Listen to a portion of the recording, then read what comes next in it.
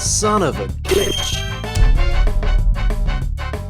Mario Kart Double Dash, the only kart racer where one player can drive and the other can throw things at the other racers. It also, unsurprisingly, features some pretty interesting glitches, otherwise why would I even be talking about it? So why don't we kick things off with our very first glitch, and this takes place in the Mushroom Bridge, and it also involves Lakitu. Now we can get Lakitu to behave in some pretty unusual ways, and I'll show you exactly what I mean. If we drive up the side of the bridge like this, so the kart is kind of hanging off the edge, which can be pretty tricky in itself, we can actually get Lakitu to either disappear, or we can get it in a way where we actually push Lakitu up the track backwards. You can kind of see how he's moving into the distance as if you said something that he didn't agree with. What you'll find is he usually stops about midway on the bridge, and then you can just drive up to him and meet halfway, and that returns things back to normal. We can also do this on the other side of the bridge and push Lakitu through the wall, which is always a good time. One of the most annoying Mario Kart items in all history, I think we can all agree, is the blue Spiny shell. But what if I told you we could hide from the blue Spiny shell? I know it sounds ridiculous, but it's something we can actually do. To try this glitch out, we need to head to Yoshi's circuit, preferably in a versus mode where one of you can actually drive into this tunnel and the other one needs a Spiny shell, obviously. Naturally, the player in the tunnel needs to be in first position for this to really work. If the player with a Spiny shell now fires it off with the other player inside the tunnel, the Spiny shell will not actually be able to find the other player and will keep shooting up and down the track trying to find them. That right there is one hilariously confused Spiny shell. But if the player that the Spiny shell is trying to find actually leaves the tunnel, the Spiny shell will find it and it will kill you. You can do the exact same glitch in Mushroom Bridge if one player is stationed on top of the bridge like so, and the other player has the blue Spiny shell. Again, we have to make sure the player on top of the bridge is in first place so the Spiny shell actually has something to look for, and then the other player should just fire it off wherever they want. Now again, the Spiny shell will be looking for the player in first place, but it won't be able to find them, and it will keep going up and down the track looking.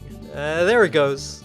There it goes. There it goes again. And the moment the player who threw the Spiny shell enters first place, you better believe that blue shell's coming for you. While we're still here in Mushroom Bridge, there's another glitch we can do which involves this green pipe. For this glitch, we need to drive two karts into the pipe at the same time, and what will happen is they'll bump each other in the air, and one will get knocked backwards and land back inside the green pipe. You're now able to drive around inside the green pipe, which looks very glitchy, but also there's a small area we can drive around here, which is surrounded by invisible walls. It's not the craziest glitch in the world, but it's definitely not right. Here's something kind of dumb in Dry Desert. On the final lap, if you finish the race way off to the right, just to the side of the finish line, one of two things will happen. Either you'll cross the finish line in such a way that the game has trouble steering you back onto the track, so it'll bump you into walls until it eventually places you where you need to be, or you'll finish the race and fall into the quicksand at the same time, so Lakitu has to rescue you. I guess either way, the game is just very confused.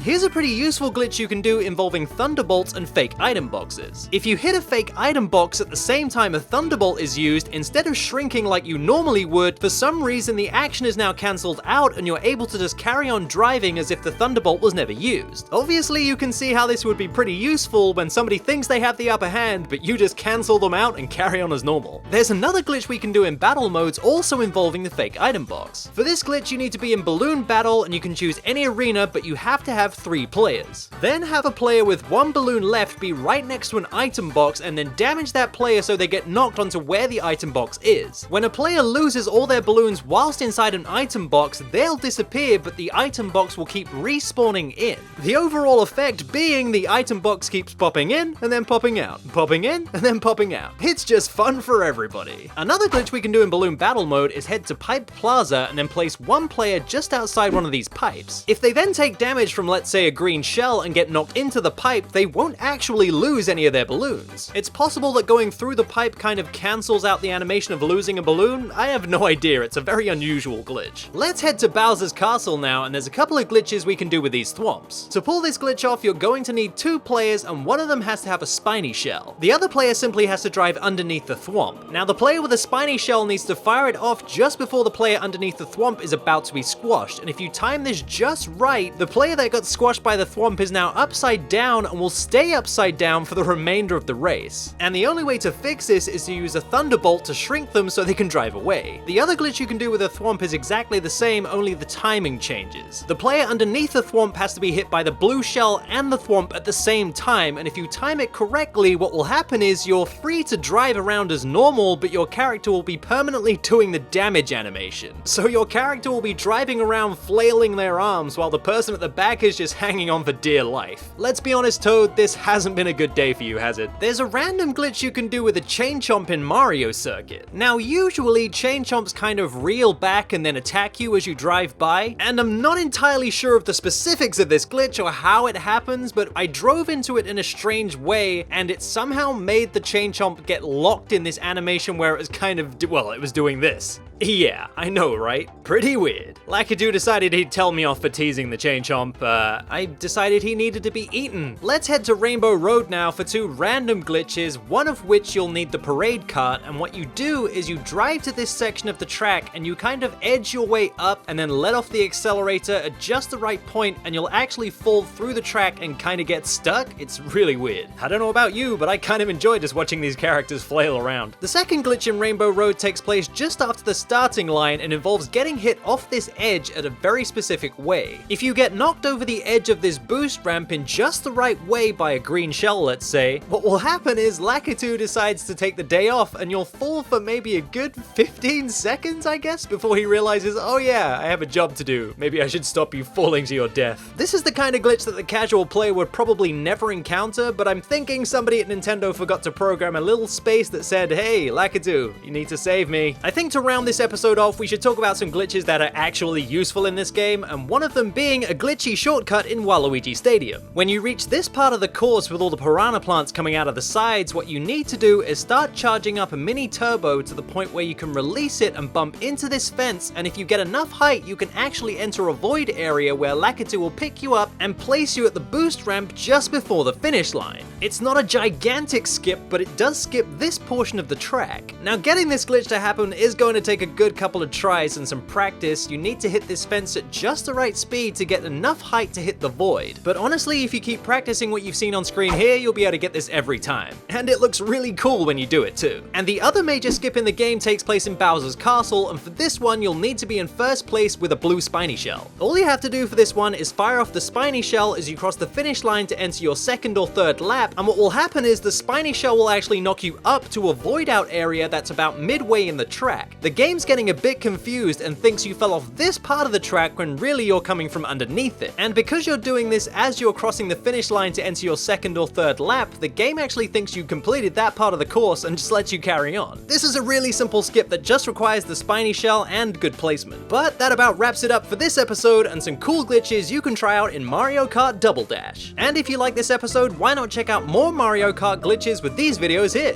YouTube constantly changed the subscription model to screw over content creators, so if you want to know when I release new episodes, follow me on Twitter. I also have other social media platforms you can also follow. And as always, a huge thanks to everybody who supports the Patreon. You guys are the ones that make it happen.